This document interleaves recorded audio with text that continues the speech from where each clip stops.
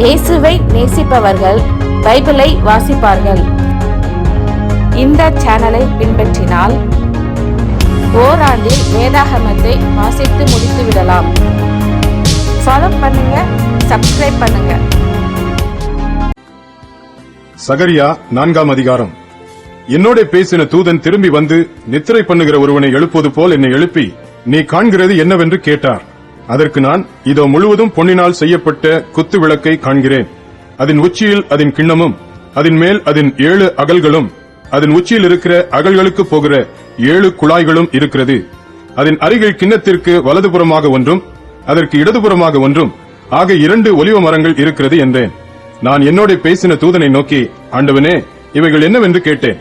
என்னோட பேசின தூதன் மறுமொழியாக, இவைகள் இன்னதென்று உனக்கு தெரியாதா என்றார். ஆண்டவனே, எனக்கு தெரியாது என்றேன். அப்பொழுது அவர், செருபாபேலுக்கு சொல்லப்படுகிற கர்த்தருடைய வார்த்தை என்னவென்றால், பலத்தினாலும் அல்ல, பராக்கிரமத்தினாலும் அல்ல, என்னுடைய ஆவியினாலேயே ஆகும் என்று சேனைகளின் கர்த்தர் சொல்லுகிறார். பெரிய பர்வதமே, நீ எம்மாத்திரம்? செருபாபேலுக்கு முன்பாக நீ சமபூமியாவாய்.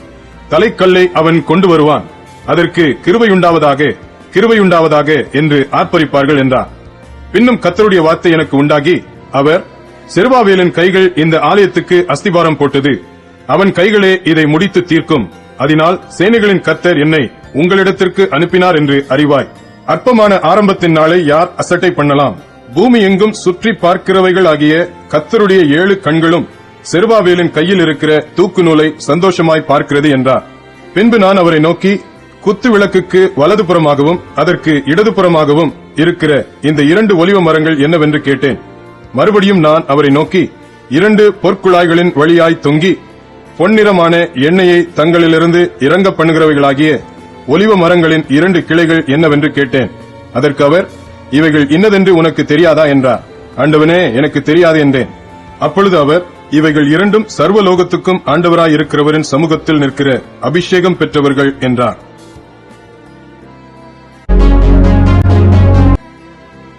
சகரியா 5ஆம் அதிகாரம். நான் திரும்பவும் என் கண்களை ஏறெடுத்து பார்க்கையில், இதோ பறக்கிற ஒரு புஸ்தக சுருளை கண்டேன். தூதன், நீ காண்கிறது என்னவென்று கேட்டார். பறக்கிற ஒரு புஸ்தக சுருளை காண்கிறேன், அதன் நீளம் 20 முழமும் அதன் அகலம் 10 முழமுமாய் இருக்கிறது என்றேன். அப்பொழுது அவர், இது பூமியின் மீதெங்கும் புறப்பட்டு போகிற சாபம். எந்த திருடனும் அதன் ஒரு புறத்தில் இருக்கிறதின்படியே அழிக்கப்பட்டு போவான். ஆணையிடுகிற எவனும் அதன் மறுபுறத்தில் இருக்கிறதின்படியே அழிக்கப்பட்டு போவான். அது திருடன் வீட்டிலும் என் நாமத்தை கொண்டு பொய் ஆணையிடுகிறவன் வீட்டிலும் வந்து அவனவன் வீட்டின் நடுவிலே தங்கி அதை அதன் மரங்களோடும் அதன் கல்லுகளோடும் கூட நிர்மூலமாக்கும்படி அதை புறப்பட்டு போக பண்ணுவேன் என்று சேனைகளின் கர்த்தர் சொல்லுகிறார் என்றார். பின்பு என்னோட பேசின தூதன் வெளியே வந்து என்னை நோக்கி, நீ உன் கண்களை ஏறெடுத்து புறப்பட்டு வருகிறதை என்னவென்று பார் என்றார். அது என்னவென்று கேட்டேன். அதற்கு அவர், அது புறப்பட்டு வருகிறதாகிய ஒரு மரக்கால் என்றார். பின்னும் அவர், பூமி எங்கும் இதுதான் அவர்களுடைய கண்ணோக்கம் என்றார். இதோ ஒரு தாளந்து நிறையான ஈய மூடி தூக்கி வரப்பட்டது. மரக்காலின் நடுவிலே ஒரு ஸ்திரீ உட்கார்ந்திருந்தார். அப்பொழுது அவர், இவள் அக்கிரமக்காரி என்று சொல்லி அவளை மரக்காலுக்குள்ளே தள்ளி ஈயக்கட்டியை அதன் வாயிலே போட்டார். அப்பொழுது நான் என் கண்களை ஏறெடுத்து, இதோ புறப்பட்டு வருகிற 2 ஸ்திரீகளை கண்டேன். அவர்களுக்கு நாரையின் செட்டைகளுக்கு ஒத்த செட்டைகள் இருந்தது. அவர்கள் செட்டைகளில் காற்றிருந்தது. இவர்கள் மரக்காலை பூமிக்கும் வானத்துக்கும் நடுவாய் தூக்கி கொண்டு போனார்கள். நான் என்னோட பேசின தூதனை நோக்கி, இவர்கள் மரக்காலை எங்கே கொண்டு போகிறார்கள் என்று கேட்டேன். அதற்கு அவர், சினையார் தேசத்திலே அதற்கு ஒரு வீட்டை கட்டும்படிக்கு அதை கொண்டு போகிறார்கள், அங்கே அது ஸ்தாபிக்கப்பட்டு தன் நிலையிலே வைக்கப்படும் என்றார்.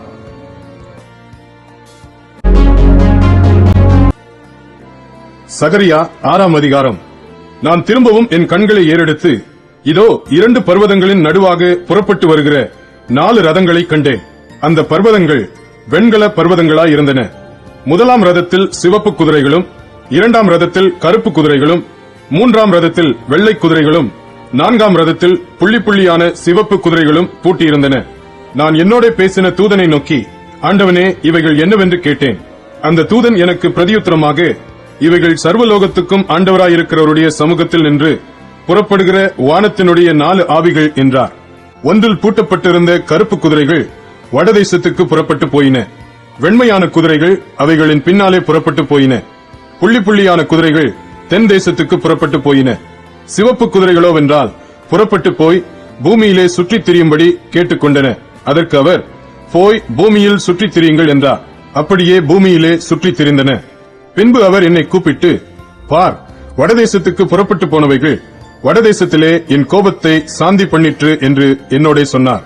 பின்பு கர்த்தருடைய வார்த்தை எனக்கு உண்டாகி, அவர், சிறையிருப்பின் மனுஷராகிய எல்தாயும் தொபியாவும் யெதாயாவும் பாபிலோனிலிருந்து வந்திருக்கும் அந்நாளிலே நீ போய் செப்பனியாவின் குமாரனாகிய யோசியாவின் வீட்டுக்குள் பிரவேசித்து அங்கே அவர்கள் கையிலே வெள்ளியையும் பொன்னையும் வாங்கி கிரீடங்களை செய்வித்து யோத்சதாக்கின் குமாரனாகிய யோசுவா என்னும் பிரதான ஆசாரியனுடைய சிரசிலே வைத்து அவனோட சொல்ல வேண்டியது, சேனைகளின் கர்த்தர் உரைக்கிறது என்னவென்றால், இதோ ஒரு புருஷன், அவருடைய நாமம் கிளை என்னப்படும். அவர் தம்முடைய ஸ்தானத்திலிருந்து முளைத்தெழும்பி கர்த்தருடைய ஆலயத்தை கட்டுவார். அவரே கர்த்தருடைய ஆலயத்தை கட்டுவார். அவர் மகிமை பொருந்தினவராய் தம்முடைய சிங்காசனத்தின் மேல் வீற்றிருந்து ஆளுகை செய்வார்.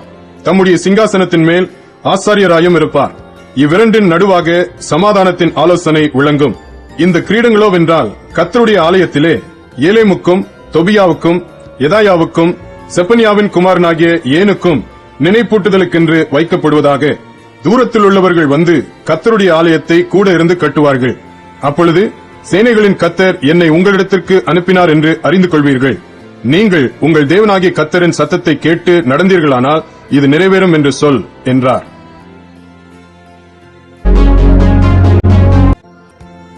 சகரியா 7ஆம் அதிகாரம். தரியு ராஜா அரசாண்ட 4ஆம் வருஷம் கிஸ்லே என்னும் 9ஆம் மாதம் 4ஆம் தேதியிலே சகரியாவுக்கு கர்த்தருடைய வார்த்தை உண்டாயிற்று. கர்த்தருடைய சமூகத்தில் விண்ணப்பம் பண்ணவும், நாங்கள் இத்தனை வருஷம் வரையிலே செய்தது போல 5ஆம் மாதத்திலே அழுது ஒடுக்கத்தில் இருக்க வேண்டுமோ என்று சேனைகளுடைய கர்த்தரின் ஆலயத்தில் இருக்கும் ஆசாரியரிடத்திலும் தீர்க்கதரிசிகளிடத்திலும் கேட்கவும், சரெத் சேரும் ரெகெமெலேகும் அவனுடைய மனுஷரும் தேவனுடைய ஆலயத்துக்கு அனுப்பப்பட்டார்கள். அப்பொழுது சேனைகளுடைய கர்த்தரின் வார்த்தை எனக்கு உண்டாகி, அவர், நீ தேசத்தின் எல்லா ஜனத்தோடும் ஆசாரியர்களோடும் சொல்ல வேண்டியது என்னவென்றால், நீங்கள் இந்த 70 வருஷமாக 5ஆம் மாதத்திலும் 7ஆம் மாதத்திலும் உபவாசம் பண்ணி துக்கம் கொண்டாடின போது நீங்கள் எனக்கென்று தானா உபவாசம் பண்ணினீர்கள்? நீங்கள் புசிக்கிற போதும் குடிக்கிற போதும் உங்களுக்கென்றல்லவா புசிக்கிறீர்கள், உங்களுக்கென்றல்லவா குடிக்கிறீர்கள்? எருசலேமும் அதை சுற்றிலும் இருந்த பட்டணங்களும் குடி நிறைந்து சுகமாயிருந்த காலத்திலும், தெற்கு நாடும் சமபூமியும் குடியேறி இருந்த காலத்திலும் முன்னிருந்த தீர்க்கதரிசிகளைக் கொண்டு கர்த்தர் கூறின வார்த்தைகள் இவைகள் அல்லவோ என்று சொல் என்றார். பின்பு கர்த்தருடைய வார்த்தை சகரியாவுக்கு உண்டாகி, அவர், சேனைகளின் கர்த்தர் உரைக்கிறது என்னவென்றால், நீங்கள் உண்மையாய் நியாயம் தீர்த்து அவனவன் தன் தன் சகோதரனுக்கு தயவும் இரக்கமும் செய்து விதவையையும் திக்கற்ற பிள்ளையையும் பரதேசியையும் சிறுமையானவனையும் ஒடுக்காமலும் உங்களில் ஒருவனும் தன் சகோதரனுக்கு விரோதமாய் தன் இருதயத்தில் தீங்கு நினையாமலும் இருங்கள் என்றார். அவர்களோ கவனிக்க மனதில்லாமல் தங்கள் தோளை முரட்டுத்தனமாய் விலக்கி கேளாதபடிக்கு தங்கள் செவிகளை அடைத்துக் கொண்டார்கள். வேதத்தையும் சேனைகளின் கர்த்தர் தம்முடைய ஆவியின் மூலமாய் முந்தின தீர்க்கதரிசிகளைக் கொண்டு சொல்லி அனுப்பின வார்த்தைகளையும் கேளாதபடிக்கு தங்கள் இருதயத்தை வைரமாக்கினார்கள்.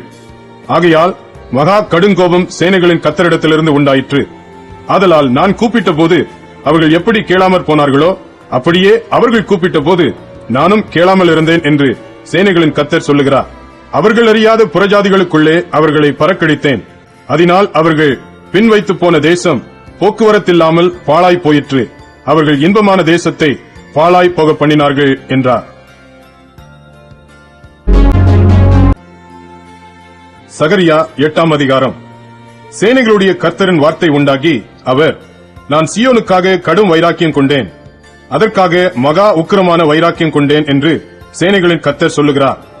நான் சீயோனிடத்தில் திரும்பி எருசலேமின் நடுவிலே வாசம் பண்ணுவேன். எருசலேம் சத்திய நகரம் என்றும் சேனைகளுடைய கர்த்தரின் பர்வதம் பரிசுத்த பர்வதம் என்றும் அழைக்கப்படும் என்று கர்த்தர் சொல்லுகிறார். திரும்பவும் எருசலேமின் வீதிகளில் முதிர் வயதினாலே தங்கள் கைகளில் கோலை பிடித்து நடக்கிற கிழவரும் கிழவிகளும் குடியிருப்பார்கள். நகரத்தின் தெருக்களிலே விளையாடுகிற ஆண் பிள்ளைகளும் பெண் பிள்ளைகளும் அதன் வீதிகளில் நிறைந்திருக்கும் என்று சேனைகளின் கர்த்தர் சொல்லுகிறார். சேனைகளின் கர்த்தர் சொல்லுகிறது என்னவென்றால், அது இந்த ஜனத்தில் மீதியானவர்களின் பார்வைக்கு இந்நாட்களில் ஆச்சரியமாயிருந்தாலும் என் பார்வைக்கும் ஆச்சரியமாயிருக்குமோ என்று சேனைகளின் கர்த்தர் சொல்லுகிறார். இதோ கிழக்கு தேசத்திலும் தெற்கு தேசத்திலும் இருந்து என் ஜனங்களை நான் ரட்சித்து அவர்களை அழைத்துக் கொண்டு வருவேன். அவர்கள் எருசலேமின் நடுவிலே குடியிருப்பார்கள். அவர்கள் எனக்கு உண்மையும் நீதியுமான ஜனமாயிருப்பார்கள். நான் அவர்களுக்கு தேவனாயிருப்பேன் என்று சேனைகளின் கர்த்தர் சொல்லுகிறார். சேனைகளுடைய கர்த்தரின் வீடாகிய ஆலயம் கட்டப்படும்படிக்கு அதன் அஸ்திபாரங்கள் போடப்பட்ட நாள் முதற் கொண்டிருக்கிற தீர்க்கதரிசிகளின் வாயினால் இந்த வார்த்தைகளை இந்நாட்களில் கேட்டு வருகிறவர்களே, உங்கள் கைகள் திடப்பட கடவது என்று சேனைகளின் கர்த்தர் சொல்லுகிறார். இந்நாட்களுக்கு முன்னே மனுஷனுடைய வேலையால் பலனும் இல்லை, மிருக ஜீவனுடைய வேலையால் பலனும் இல்லை. போகிறவனுக்கும் வருகிறவனுக்கும் நெருக்கிடை நிமித்தம் சமாதானமும் இல்லை. எல்லா மனுஷரையும் ஒருவரையொருவர் விரோதிக்கச் செய்தேன். இப்போதோ இந்த ஜனத்தில் மீதியானவர்களுக்கு நான் முந்தின நாட்களில் இருந்தது போல இருக்க மாட்டேன் என்று சேனைகளின் கர்த்தர் சொல்லுகிறார். விதைப்பு சமாதானம் உள்ளதாயிருக்கும். திராட்சை செடி தன் கனியை தரும், பூமி தன் பலனை தரும், வானம் தன் பனியை தரும். இந்த ஜனத்தில் மீதியானவர்கள் இதையெல்லாம் சுதந்தரிக்க கட்டளையிடுவேன். சம்பவிப்பது என்னவென்றால், யூதா வம்சத்தாரே, இஸ்ரவேல் வம்சத்தாரே, நீங்கள் புறஜாதிகளுக்குள்ளே சாபமாய் இருந்தது போலவே ஆசீர்வாதமாய் இருக்கும்படி நான் உங்களை ரட்சிப்பேன். பயப்படாதேயுங்கள், உங்கள் கைகள் திடப்பட கடவது. சேனைகளின் கர்த்தர் சொல்லுகிறது என்னவென்றால், உங்கள் பிதாக்கள் எனக்கு கோபமூட்டின போது நான் உங்களை தண்டிக்க நினைத்து மனம் மாறாமல் இருந்தது போல இந்நாட்களில் எருசலேமுக்கும் யூதாவுக்கும் நன்மை செய்யும்படி திரும்ப நினைத்தேன். பயப்படாதேயுங்கள். நீங்கள் செய்ய வேண்டிய காரியங்கள் என்னவென்றால், அவனவன் பிறனோடே உண்மையை பேசுங்கள். உங்கள் வாசல்களில் சத்தியத்துக்கும் சமாதானத்துக்கும் ஏற்க நியாயம் தீருங்கள். ஒருவனும் பிறனுக்கு விரோதமாய் தன் இருதயத்தில் தீங்கு நினையாமலும் பொய் யானையின் மேல் பிரியப்படாமலும் இருங்கள். இவைகளெல்லாம் நான் வெறுக்கிற காரியங்கள் என்று கர்த்தர் சொல்லுகிறார். சேனைகளுடைய கர்த்தரின் வார்த்தை எனக்கு உண்டாகி, அவர் 4ஆம் மாதத்தின் உபவாசமும் 5ஆம் மாதத்தின் உபவாசமும் 7ஆம் மாதத்தின் உபவாசமும் 10ஆம் மாதத்தின் உபவாசமும் யூதா வம்சத்தாருக்கு மகிழ்ச்சியாகவும் சந்தோஷமாகவும் நல்ல பண்டிகைகளாகவும் மாறிப்போகும். ஆகையால் சத்தியத்தையும் சமாதானத்தையும் சிநேகியுங்கள் என்று சேனைகளின் கர்த்தர் சொல்லுகிறார். இன்னும் ஜனங்களும் அநேகம் பட்டணங்களின் குடிகளும் வருவார்கள் என்று சேனைகளின் கர்த்தர் சொல்லுகிறார். ஒரு பட்டணத்தின் குடிகள் மறு பட்டணத்தின் குடிகளிடத்தில் போய், நாம் கர்த்தருடைய சமூகத்தில் விண்ணப்பம் பண்ணவும் சேனைகளின் கர்த்தரை தேடவும் தீவிரித்து போவோம், வாருங்கள், நாங்களும் போவோம் என்று சொல்லுவார்கள். அநேக ஜனங்களும் பலத்த ஜாதிகளும் எருசலேமிலே சேனைகளின் கர்த்தரை தேடவும் கர்த்தருடைய சமூகத்தில் விண்ணப்பம் பண்ணவும் வருவார்கள். அந்நாட்களில் பலவித பாஷைக்காரராகிய புறஜாதியாரில் 10 மனுஷர் ஒரு யூதனுடைய வஸ்திர தொங்கலை பிடித்துக் கொண்டு, தேவன் உங்களோட இருக்கிறார் என்று கேள்விப்பட்டோம், ஆகையால் உங்களோட கூட போவோம் என்று சொல்லி அவனை பற்றிக் கொள்வார்கள் என்று சேனைகளின் கர்த்தர் சொல்லுகிறார் என்றார். நீதிமொழிகள் 24ஆம் அதிகாரம். பொல்லாத மனுஷர் மேல் பொறாமை கொள்ளாதே, அவர்களோடே இருக்கவும் விரும்பாதே. அவர்கள் இருதயம் கொடுமையை யோசிக்கும், அவர்கள் உதடுகள் தீவினையை பேசும். வீடு ஞானத்தினாலே கட்டப்பட்டு விவேகத்தினாலே நிலைநிறுத்தப்படும். அறிவினாலே அறைகளில் அருமையும் இனிமையுமான சகலவித பொருள்களும் நிறைந்திருக்கும். ஞானமுள்ளவன் பலமுள்ளவன், அறிவுள்ளவன் தன் வல்லமையை அதிகரிக்க பண்ணுகிறான். நல் யோசனை செய்து யுத்தம் பண்ணு, ஆலோசனைக்காரர் அநேகரால் ஜெயம் கிடைக்கும். மூடனுக்கு ஞானம் எட்டாத உயரமாயிருக்கும், அவன் நியாயஸ்தலத்தில் தன் வாயை திறவான். தீவினை செய்ய உபாயம் செய்கிறவன் துஷ்டன் எண்ணப்படுவான். தீய நோக்கம் பாவமாம், பரியாசக்காரன் மனுஷருக்கு அருவருப்பானவன். ஆபத்து காலத்தில் நீ சோர்ந்து போவாயானால் உன் பலன் குறுகினது. மரணத்துக்கு ஒப்பிக்கப்பட்டவர்களையும் கொலையுண்ண போகிறவர்களையும் விடுவிக்க கூடுமானால் விடுவி. அதை அறியோம் என்பாயாகில் இருதயங்களை சோதிக்கிறவர் அறியாரோ? உன் ஆத்துமாவை காக்கிறவர் கவனியாரோ? அவர் மனுஷருக்கு அவனவன் கிரியைக்கு தக்கதாக பலனளியாரோ? என் மகனே, தேனை சாப்பிடு, அது நல்லது. பூட்டிலிருந்து ஒழுகும் தேன் உன் வாய்க்கு இன்பமாயிருக்கும். அப்படியே ஞானத்தை அறிந்து கொள்வது உன் ஆத்துமாவுக்கு இன்பமாயிருக்கும். அதை பெற்றுக்கொண்டால் அது முடிவில் உதவும். உன் நம்பிக்கை வீண் போகாது. துஷ்டனே, நீ நீதிமானுடைய வாசஸ்தலத்துக்கு விரோதமாய் பதிவிராதே. அவன் தங்கும் இடத்தை பாழாக்கி போடாதே. நீதிமான் 7 தரம் விழுந்தாலும் திரும்பவும் எழுந்திருப்பான். துன்மார்க்கரோ தீங்கிலே இடருண்டு கிடப்பார்கள். உன் சத்துரு விழும்போது சந்தோஷப்படாதே. அவன் இடரும்போது உன் இருதயம் களிகூறாதிருப்பதாக. கர்த்தர் அதை காண்பார், அது அவர் பார்வைக்கு பொல்லாப்பாயிருக்கும். அப்பொழுது அவனிடத்து நின்று அவர் தமது கோபத்தை நீக்கி விடுவார். பொல்லாதவர்களை குறித்து எரிச்சலாகாதே. துன்மார்க்கர் மேல் பொறாமை கொள்ளாதே. துன்மார்க்கனுக்கு நல் முடிவு இல்லை. துன்மார்க்கனுடைய விளக்கு அணைந்து போம். என் மகனே, நீ கர்த்தருக்கும் ராஜாவுக்கும் பயந்து நட. கலகக்காரரோடு கலவாதே. சடுதியில் அவர்களுடைய ஆபத்து எழும்பும். அவர்கள் இருவரின் சங்காரத்தையும் அறிந்தவன் யார்?